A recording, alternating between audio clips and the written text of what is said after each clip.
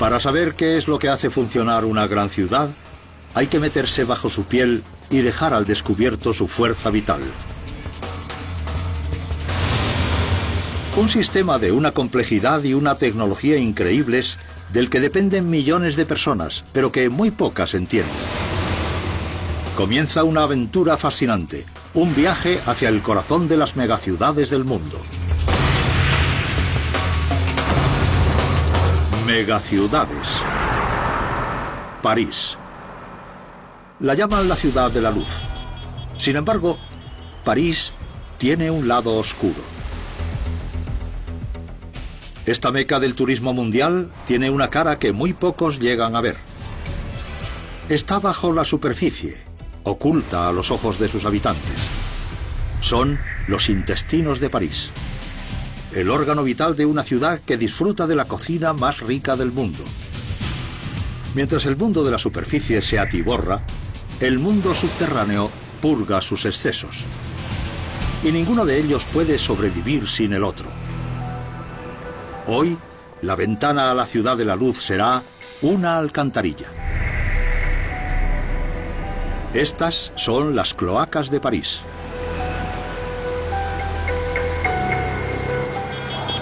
Túneles de 2.300 kilómetros de longitud, la distancia que hay entre París y Estambul. Todos los días, estos túneles transportan 1 millón de metros cúbicos de residuos humanos, lo suficiente para llenar el Empire State. Sin ellos, la ciudad más hermosa del mundo se ahogaría en un río de sus propias inmundicias.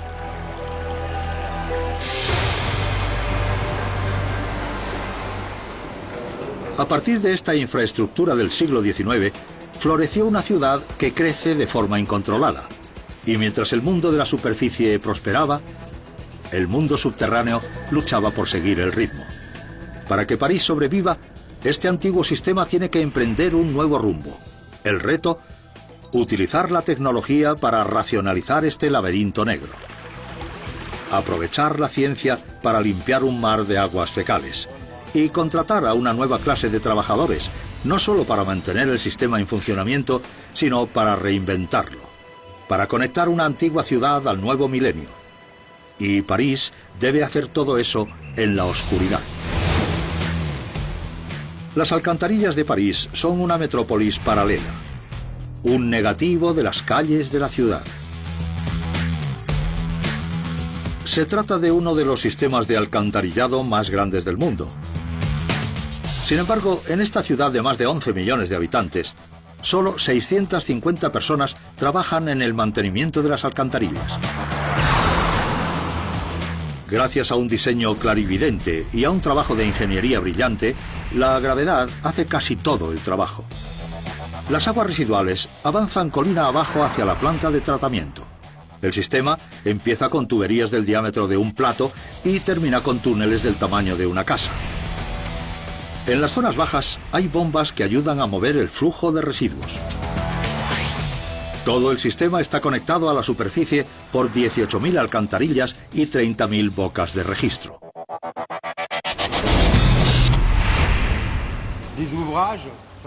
Estas son las alcantarillas mejor construidas que existen. El orgullo es tan francés como el vino o el queso brie. Pero Philippe Bussigny tiene motivos para estar orgulloso. Las alcantarillas de París no solo son excepcionales, sino que además son lógicas. Todos y cada uno de los túneles del alcantarillado se corresponden exactamente con la calle que tienen encima, no solo en la dirección, sino también en su tamaño.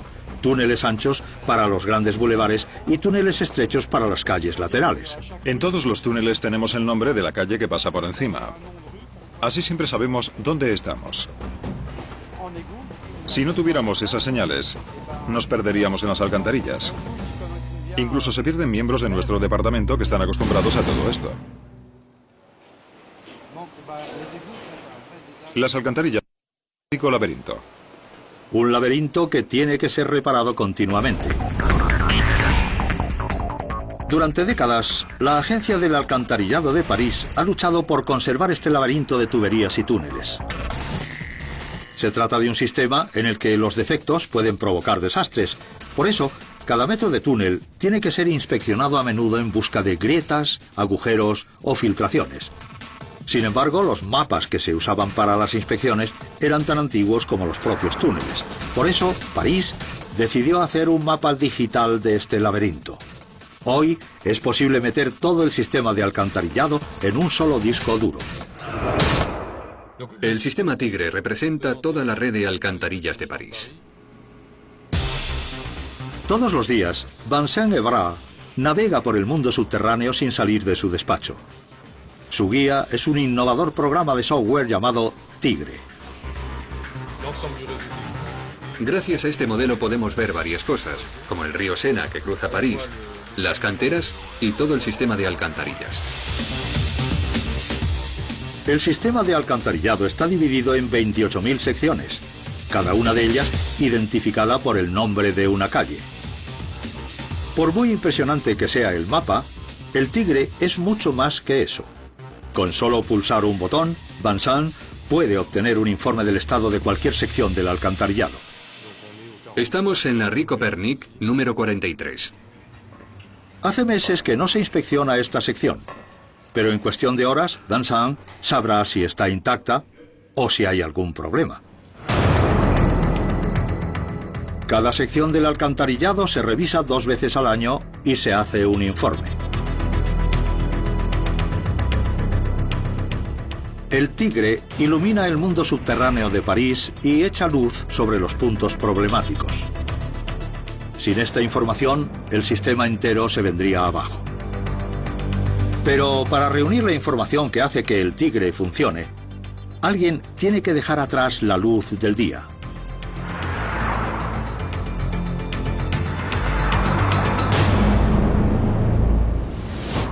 Alain Alemont es la avanzadilla de la primera línea del Tigre.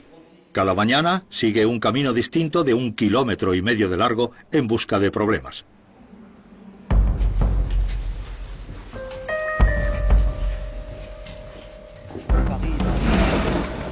El subsuelo de París es como un queso suizo. Está el metro, los cables, la red subterránea. Tenemos que controlar todo eso y especialmente los puntos donde atraviesan las alcantarillas, porque cualquier filtración de agua podría degradar el terreno, y esos incidentes podrían ser graves.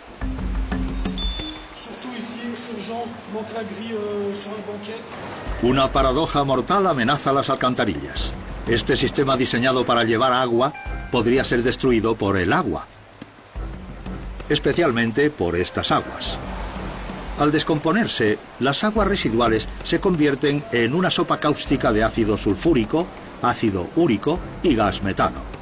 Es venenoso, explosivo y corrosivo. Podría disolver literalmente las tuberías. Y por si el peligro interno no fuera suficiente, las tuberías también están amenazadas desde el exterior. El mayor problema que tenemos son las grietas que se producen por movimientos de tierras y vibraciones. Alain solía escribir sus informes con papel y lápiz y después los enviaba por correo. Pero en un sistema en el que una grieta podría provocar una crisis, el tiempo es muy importante. Ya no usa papel y lápiz. Estamos en la era de los dispositivos portátiles e inalámbricos. En la oficina central del Tigre, Vincent recibe los datos. Esta mañana hemos visitado la Rue Copernic y nos han enviado información sobre una fuga de agua potable en las alcantarillas. Y aparece en este monitor por medio de un símbolo que nos indica que tenemos que reparar o reemplazar algo. Una vez que se han introducido los datos, Vincent puede enviar otro equipo para solucionar el problema. Una fuga tapada es un desastre evitado, gracias a la fusión de un venerable sistema con las nuevas tecnologías.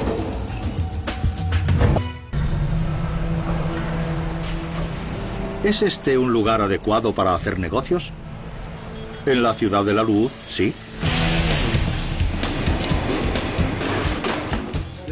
Este es el legendario sistema de entregas que los parisinos llaman Pneumatique. Igual que el alcantarillado, fue diseñado en la época victoriana. Las primeras líneas se instalaron en 1866, un siglo antes de la era de los faxes y el correo electrónico. Esta es la tecnología inalámbrica de comunicaciones de París. El concepto: transportar información a gran velocidad. El mecanismo: un agujero negro y una caja negra. Para enviar el cartucho solo hay que introducir el código del destino. Todos los cartuchos tienen un índice y todas las estaciones de salida y llegada tienen un código específico. Un código sencillo. Cada dirección está representada por una serie de números y letras. Claude Picard lleva más de 20 años utilizando este sistema. Hoy está enviando documentos del ayuntamiento a la oficina central de correos. Está en el puesto B1, que encontraremos en la línea B, y pulsando el 1. Ahora se absorbe el cartucho. Y allá va. Para construir los conductos del Pneumatique no fue necesario levantar ni un solo metro de las frágiles calles de París. La ruta para los conductos ya existía. Toda una ciudad subterránea paralela, una infraestructura que abarca toda la ciudad y se corresponde con las calles de la superficie. Las alcantarillas. Impulsado por aire comprimido, el cartucho se mueve por París a 36 kilómetros por hora. Todo gracias al alcantarillado. Esta es la primera autopista de la información de París. El Pneumatique también fue pionero en otro avance: el seguimiento de envíos. Una flecha se enciende en la línea 1 para mostrar dónde está.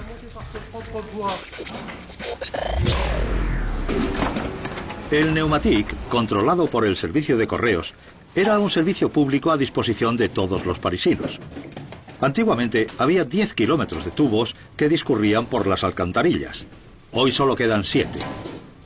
El sistema se utiliza sobre todo para enviar documentos originales entre unos cuantos edificios del gobierno. Igual que cualquier otra tecnología, el Pneumatique fue superado por el progreso. Hoy es más sencillo enviar un fax o un correo electrónico que un cartucho. Pero ahora hay una nueva revolución tecnológica francesa. París quiere librarse del papel, de las tuberías, incluso de los cables. Y para eso hace falta un nuevo sistema. La tecnología se llama fidelidad inalámbrica o Wi-Fi. Antes del Wi-Fi, si querías conectarte a Internet necesitabas un cable, pero ya no. Con una cobertura inalámbrica completa sería posible conectarse a Internet a través del aire, punto de París. Los datos se transmiten sin necesidad de cables, como una señal de radio desde la antena directamente al ordenador. Pero el alcance de la antena es limitado. Para contar con una cobertura inalámbrica completa, París necesita toda una red de antenas. Ahí está la paradoja. Aunque las antenas transmiten sin cables, tienen que estar conectadas por cable a Internet. Pero en París, los cables y la estética no son compatibles.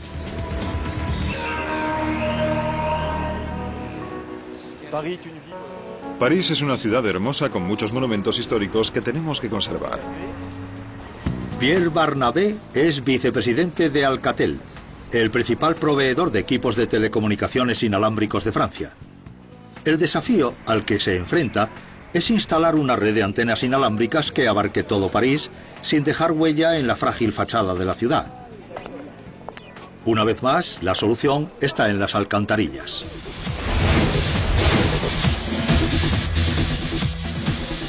Metro a metro, los cables de fibra óptica están aumentando su alcance. Un día, estos finos cables conectarán cada casa, cada oficina, tienda, restaurante y edificio de París. Mientras tanto, en los tejados de la ciudad, las antenas Wi-Fi proliferan. Flores inalámbricas fertilizadas con las inmundicias de las cloacas. Llegará un momento en que las alcantarillas lleven suficientes cables de fibra óptica para completar una red completa de antenas inalámbricas. Las antenas crearán una serie de áreas de cobertura superpuestas o zonas inalámbricas hasta conectar toda la... Sin necesidad de cables, los parisinos recibirán correo, vídeo y datos a la velocidad de la luz. Todo gracias a las alcantarillas.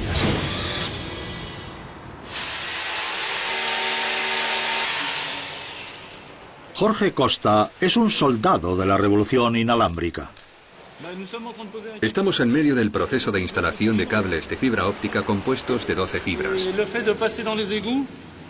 Estamos usando el sistema de alcantarillado y así no tenemos que levantar las calles. Jorge trabaja con la empresa de telecomunicaciones Compeltel.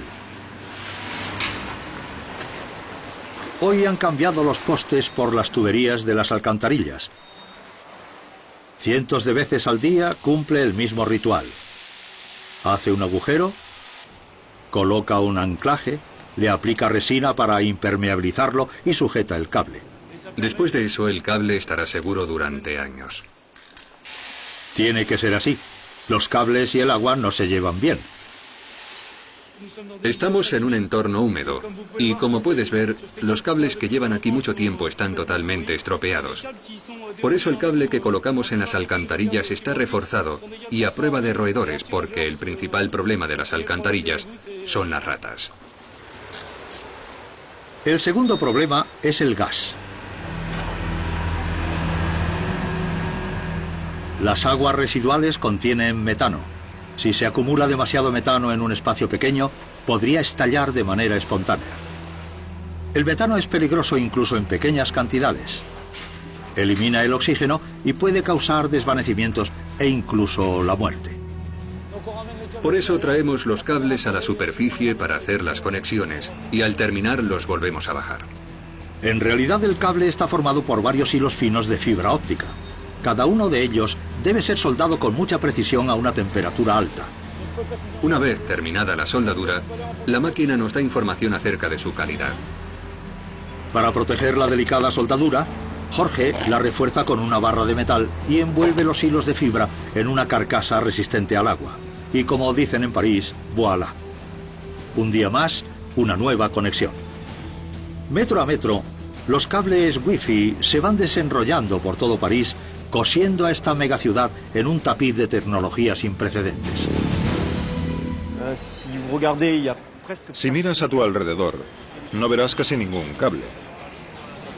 Todo va bajo tierra. Y eso es algo excepcional y prácticamente invisible. Excepcional e invisible, pero incompleto. Algunos túneles son demasiado pequeños para que una persona pueda trabajar en ellos. La solución es reducir el tamaño de los trabajadores.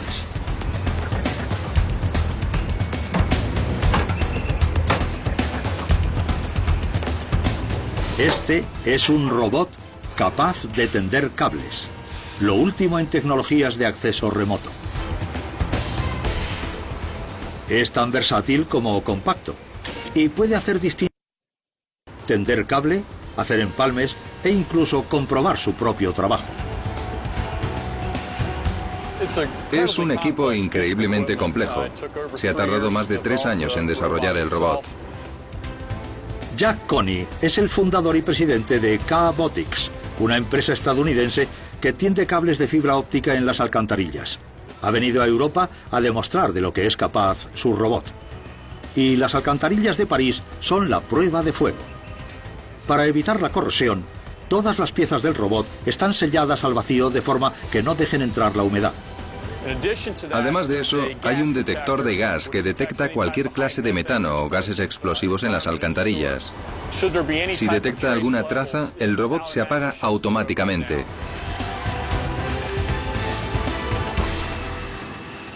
Si todo está bien, Jack empieza a tender cables, igual que Jorge Costa, con la diferencia de que Jack trabaja a distancia.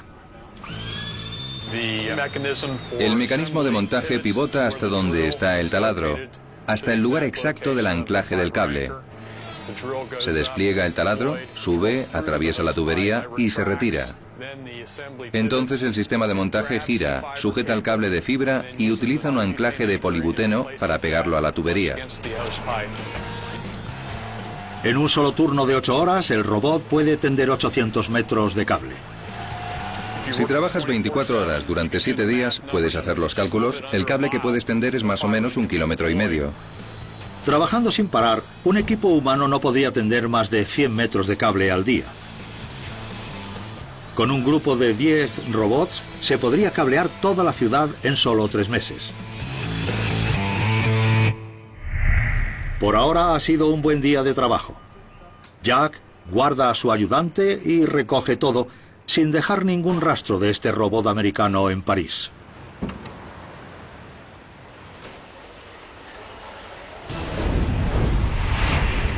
Los robots cableadores pronto trabajarán en este laberinto. Pero para ocuparse del mantenimiento de esta maraña de túneles, hay otro grupo que ya está trabajando. Empleados con nervios de acero, que no temen el peligro, inmunes a las enfermedades de este mundo subterráneo. Equipados para entrar en túneles en los que ningún hombre podría entrar y construidos para poder ver en la oscuridad. Los túneles no asustan a estos trabajadores, son resistentes al agua y a la corrosión. Y los hay de 3 tamaños. Son los últimos trabajadores de las alcantarillas de París. En las calles de esta megaciudad hay más robots que van a trabajar.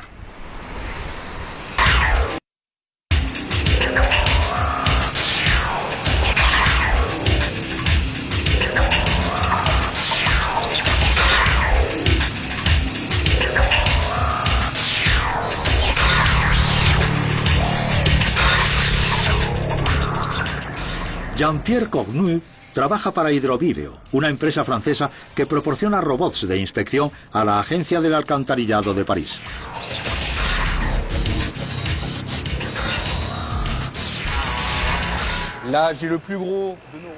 Este es el robot más grande para inspeccionar tuberías con diámetros de entre 150 y 1200 milímetros o más, dependiendo de los accesorios.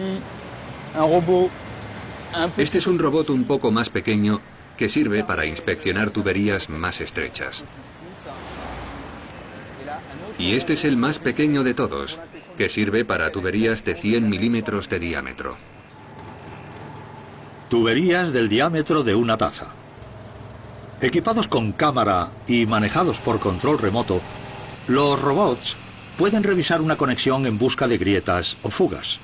Igual que los robots que tienden cables, los robots de inspección están equipados con una cuchilla. Se usa para raspar los depósitos de minerales y cortar raíces que hayan penetrado en las tuberías.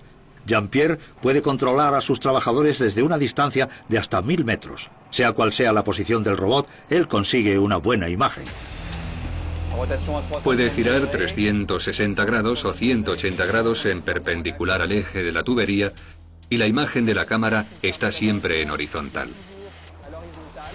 Por medio de un láser puede medir cualquier defecto que encuentre el robot, como por ejemplo una grieta.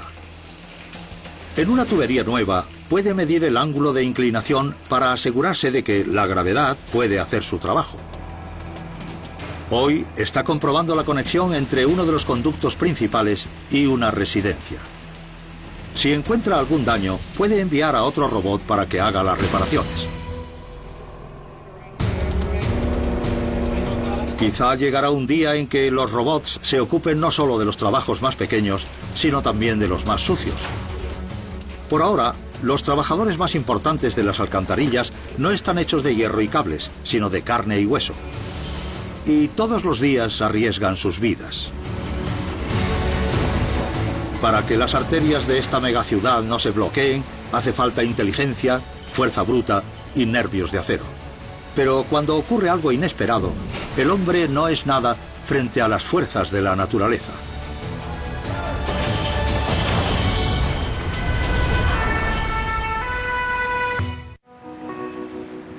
En un día despejado, es difícil ver el lado oscuro de la ciudad de la luz, pero existe.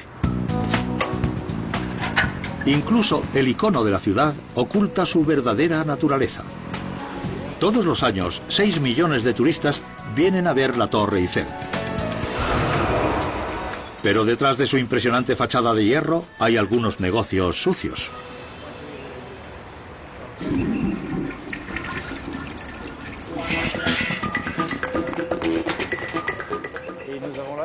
Aquí tenemos todos los servicios técnicos. Las tuberías de desagüe del agua, los baños, los lavabos, los restaurantes. Para el ingeniero Jean-Alex Fauré, la torre no es un monumento. Es un edificio vivo con todas sus funciones corporales. Estamos en el segundo piso, por encima del restaurante Julio Verne, que es a donde llegan todos los sistemas de tuberías y donde se unen para seguir su ruta por aquí. Siguen la curva de la torre y avanzan hasta arriba, hasta el último piso. 7 kilómetros de tuberías que sirven a 2 restaurantes y muchas fuentes, 20 urinarios y 40 lavabos. Igual que el resto de la ciudad, la Torre Eiffel tiene que atender a la llamada de la naturaleza. Todo lo que entra tiene que salir. Pero aquí ocurre con una especie de je ne sais quoi.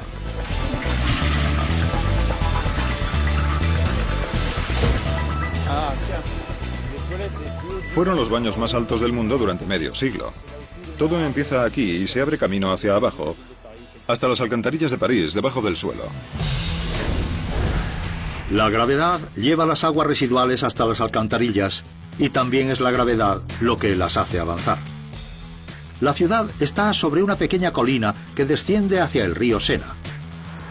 Los túneles laterales desembocan en los principales y todos se dirigen hacia el punto más bajo de la ciudad. En algunas depresiones del terreno hay bombas que ayudan a hacer avanzar el flujo de residuos. Gracias a la gravedad, las alcantarillas funcionan prácticamente solas, pero no se limpian solas. Si no se limpiaran, ocurriría lo mismo que si nunca tirásemos de la cadena. Rebosarían. Las aguas residuales saldrían a la calle tal como hicieron durante siglos. A su paso dejarían una marea de enfermedades. Todas las mañanas, mientras gran parte de la ciudad todavía duerme, grupos de trabajadores de las alcantarillas se enfrentan a las fuerzas de la suciedad.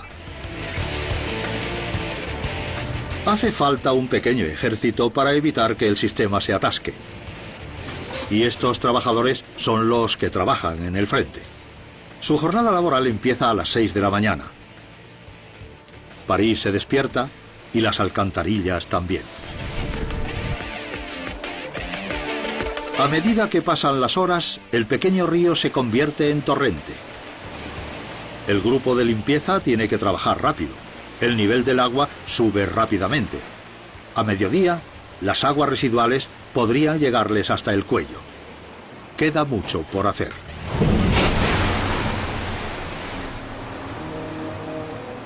Los trabajadores de las alcantarillas son como los mineros. Trabajan duramente en sitios oscuros. Respiran un aire impuro. Se arriesgan a morir por culpa de gases explosivos, como el metano. Y pierden años de vida a causa de enfermedades como el cáncer o el enfisema. La vida media de estos trabajadores es de solo 57 años. Las alcantarillas tienen además otros riesgos que no suelen tener las minas. Agujas sucias que pueden contagiar el tétanos, enfermedades transmitidas por las ratas y muerte por ahogamiento. Vestirse para trabajar es como equiparse para la batalla. Respiradores, detectores de gas y un gancho antiahogamiento. El arnés es por si se produce un accidente. El gancho se sujeta aquí, te sostiene por la espalda. Y tiene un gancho para poder rescatarte. Y ya está, tenemos un hombre listo para trabajar.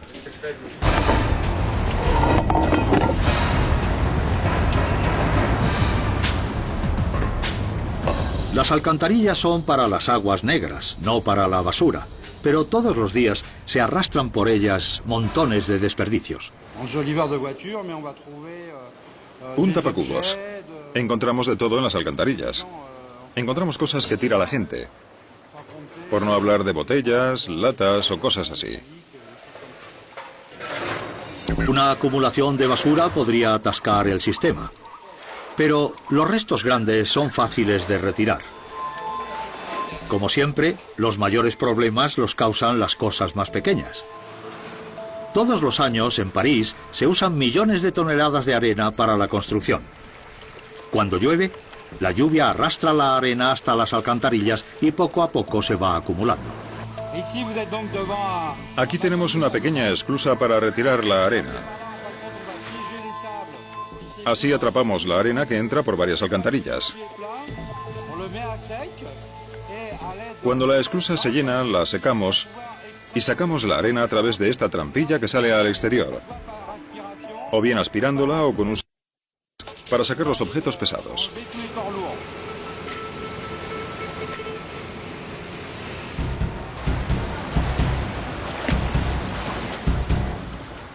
Pero toneladas de arena escapan a estas trampas. Todos los años, el servicio de limpieza retira suficiente arena y lodo como para llenar 10 piscinas olímpicas. Lo hacen por medio de un aparato que no ha cambiado en el último siglo: el bateau-banc, el barco cisterna. Igual que el resto del sistema de alcantarillado, el bateau-banc utiliza la fuerza natural del agua. Unas sencillas aletas de madera unidas al barco crean una presa artificial. A medida que el nivel del agua va subiendo detrás de las aletas, se va acumulando la presión que impulsa el barco hacia adelante. Cuanto más sube el nivel del agua, más aumenta la presión. Una gran pala en la parte delantera empuja la arena y la arenilla, formando montones que después recogen los trabajadores. El agua que se acumula detrás del barco crea tanta presión que se necesitan unas fuertes cadenas para evitar que vaya a la deriva. A medida que el barco avanza, las cadenas se sueltan y se vuelven a enganchar. Es como una máquina quitanieves impulsada por agua. Una quitanieves muy sucia y de 10 toneladas.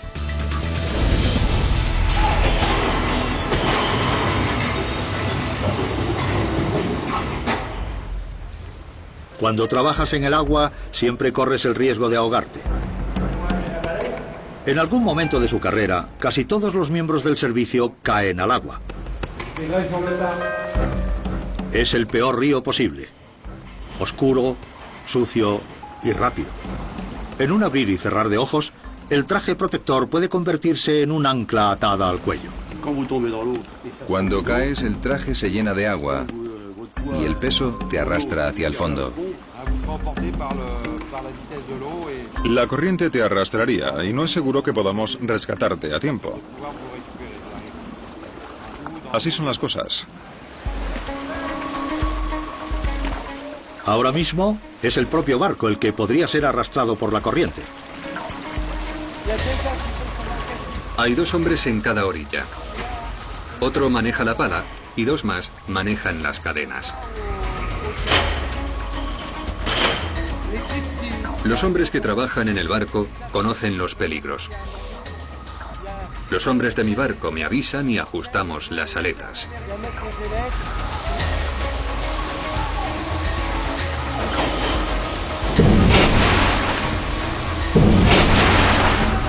¿Ves? Por eso te decía que es peligroso. Las aletas son el acelerador. Si hay poca presión, el barco no avanza. Si hay demasiada, avanza demasiado rápido. 7.000 kilos de maquinaria fuera de control. A veces hay tanta presión que tenemos que detener la maniobra. Porque el agua sube muchísimo. Y solo podemos trabajar con 1 metro de agua detrás del barco. Si hay más, no es seguro. A pesar de todas las precauciones, el peligro aumenta. La presión se acumula. Las cadenas se tensan. Es demasiado. Preparados, 1, 2, 3.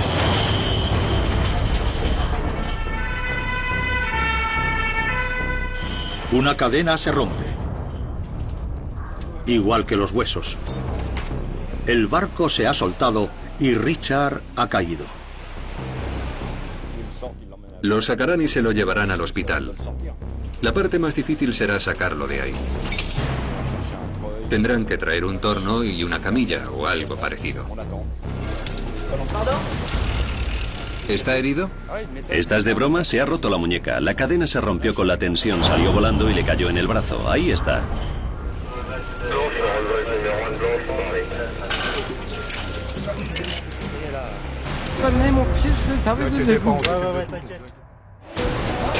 En las alcantarillas, los accidentes pueden acabar con una vida ya de por sí corta. Richard ha tenido suerte. Hoy necesita un médico, no un sacerdote. Este es el precio oculto de mantener en funcionamiento esta megaciudad. Trabajamos en entornos hostiles. Si no fuéramos un equipo y no trabajáramos juntos, preocupándonos unos por los otros, tendríamos muchos más accidentes que ahora. Es una profesión muy peligrosa. La ingeniería permite que las alcantarillas existan, pero son las personas las que las mantienen en funcionamiento. Para proteger a toda la ciudad, un grupo de hombres arriesga sus vidas a diario. Yo tengo un hijo de 30 años. En su día le pregunté si quería seguir mi profesión. Pero no. Creo que no tenía ganas de hacer esto. Sin embargo, es un trabajo que en muchas familias hacen los hijos y los nietos. Se meten en esto porque su padre y su abuelo ya trabajaban en el alcantarillado. En mi casa era una tradición. Hay una familia que trabaja aquí desde hace siglos, desde que se construyó la primera alcantarilla. Una familia de millones de miembros con un apetito insaciable por su trabajo. Son los primeros trabajadores de las alcantarillas. Todos los días, una rata puede llegar a comer un tercio de su peso en residuos. La exterminación ha reducido su población, pero igual que las propias aguas negras, siempre hay más en la tubería. Las alcantarillas de París llevan residuos, cables y fibra óptica. Sirven a la ciudad de manera que sus creadores nunca llegaron a imaginar. Pero no es suficiente. El sistema se enfrenta a un desafío más. En una ciudad de asfalto y cemento, la lluvia solo puede escapar por un lugar: las alcantarillas. Durante un aguacero, el flujo subterráneo puede llegar a triplicarse. Las alcantarillas podrían desbordarse. En ese caso, el agua no tiene más salida que la calle, a menos que se instale una válvula de seguridad. Cuando llueve en París, los sensores instalados en las tuberías principales miden el nivel del agua. Si sube demasiado, el flujo excesivo se canaliza desde los sumideros más saturados hacia los más vacíos. Si todas las alcantarillas se saturan, el flujo excesivo se canaliza hacia media docena de grandes depósitos repartidos por toda la ciudad. Cuando remite la tormenta, las aguas contenidas en los depósitos se vuelve a bombear a las alcantarillas.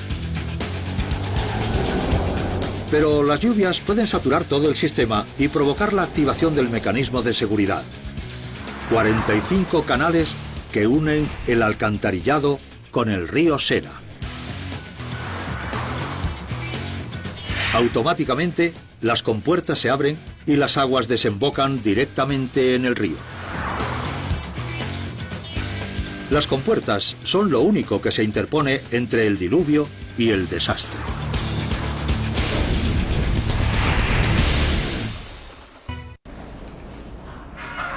Esta es una de las compuertas que unen el alcantarillado con el Sena. Esta compuerta normalmente es automática, pero estamos a principios del invierno y hemos venido a comprobar que funciona bien. Christophe Dallot es el director de gestión automática del alcantarillado de París.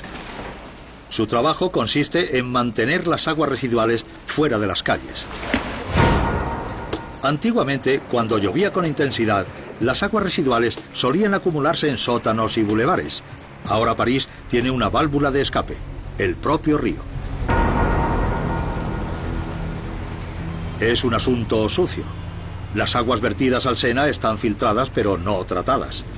La elección es difícil: verter aguas residuales al río o a las calles. Lo que intentamos hacer es evitar, siempre que sea posible, que ocurra eso. Todos esos vertidos nos obligan a hacernos una pregunta importante. ¿Hasta dónde podemos llegar para proteger el río? París está construyendo más depósitos para recoger el agua de la lluvia. Pero para eliminar todos los vertidos al Sena, la ciudad tendría que duplicar la capacidad de todo el sistema de alcantarillas. Para París, contaminar el río es el menor de los dos males. De media, unas 4 veces al año, la ciudad se ve obligada a tomar esa decisión. Es otra cara oscura de la ciudad de la luz. Hace un siglo, esta situación se daba a diario. Las aguas residuales se vertían directamente al río. Igual que el alcantarillado salvó a París en el siglo XIX, las plantas de tratamiento de aguas salvaron al Sena en el XX. Pero en el siglo XXI, la tecnología dedicada a transformar lo inmundo en potable ha cambiado de rumbo. Hoy, para limpiar un río de suciedad, hay que nadar contra la corriente de las tecnologías anticuadas.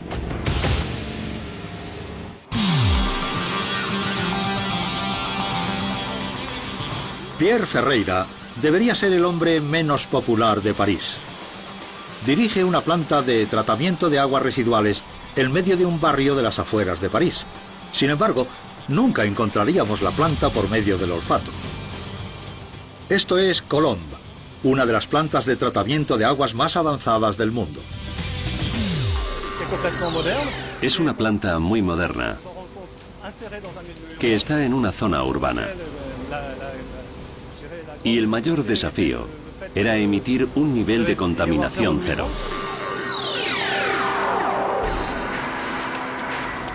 El primer paso en cualquier planta de tratamiento es la decantación, es decir, separar los líquidos de los sólidos.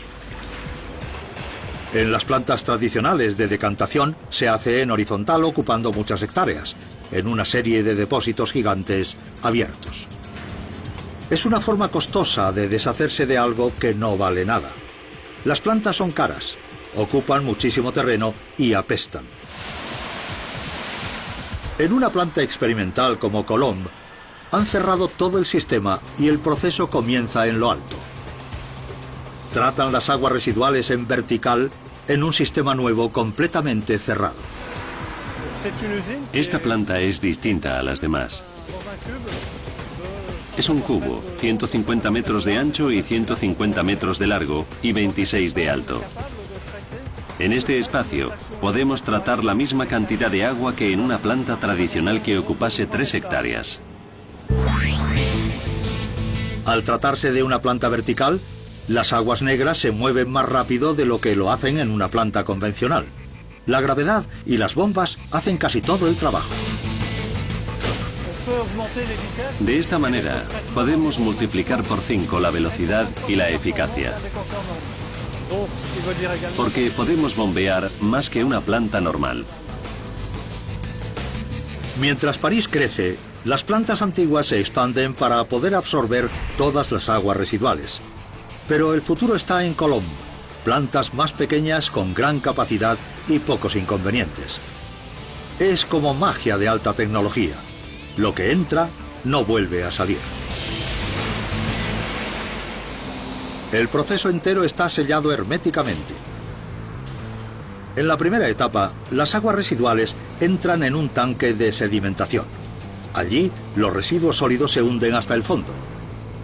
A continuación, hay una serie de tanques de tratamiento biológico.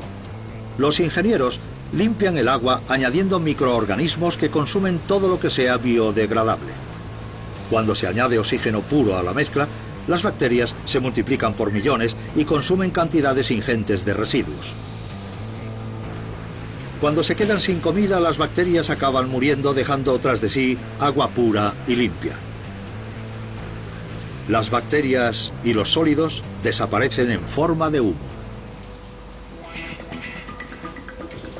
Los residuos se incineran en hornos como el que veis a mi derecha y el que tengo debajo. Los residuos se introducen por abajo y se llevan hasta una temperatura de 850 grados centígrados. Así se transforman en humo. Las partículas del humo se filtran y se atrapan. El resultado es que el humo que sale de Colón es inocuo, inodoro y prácticamente no hay humo. En las plantas cerradas como Colón no se ve ni se huele nada desagradable. No hemos tenido ninguna queja del vecindario. Esta es una planta limpia. Todo lo que sale a la atmósfera es neutro. En la fase final, las aguas ya tratadas van al río Sena. Aquí el ciclo se completa. Todos los días, 300 millones de litros de agua se sacan del Sena y se bombean hasta una planta de tratamiento de aguas para saciar la sed de París. Hoy, el órgano vital más importante de París es el sistema de alcantarillado.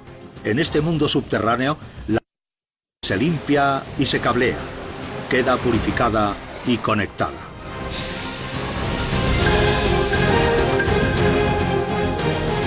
Mientras la vieja guardia arriesga su vida, los nuevos reclutas se unen a la guerra contra los residuos. Mientras se desarrolla esta batalla interminable, el antiguo sistema se reinventa a sí mismo para enfrentarse al nuevo milenio. Mientras este río siga fluyendo, París podrá ver luz al final del túnel. Cuando el mundo subterráneo prospera, el mundo de la superficie brilla igual que ilumina la luz cuando cae la oscuridad. En la ciudad de las luces, así es la vida. C'est la vie.